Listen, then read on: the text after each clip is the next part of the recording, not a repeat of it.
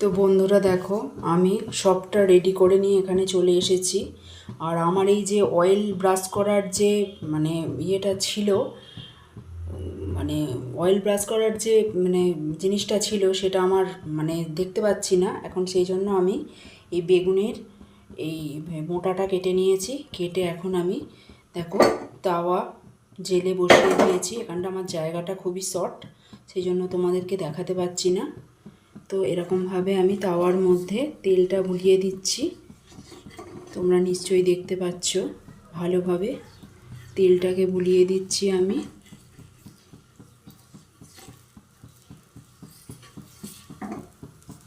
দেখো আমি এটা সরিয়ে নিচ্ছি, তোমরা দেখতে পাচ্ছ।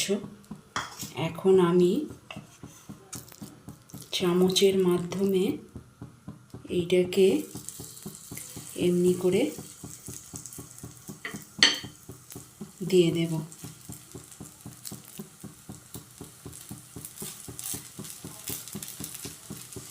সন্ধেবেলা গরম চায়ের সঙ্গে অথবা টমেটো সসের সঙ্গে খুব সুন্দরভাবে এটা যায়।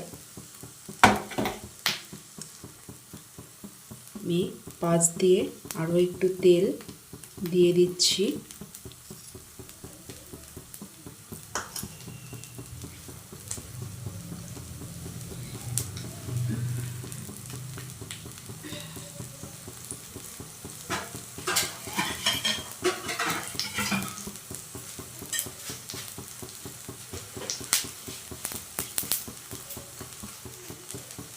ডিশে তুলে নেব।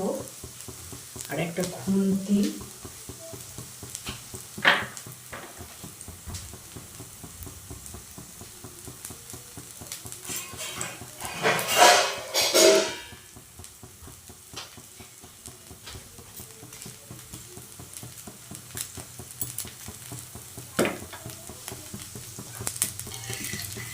দেখো উল্টে দিচ্ছি।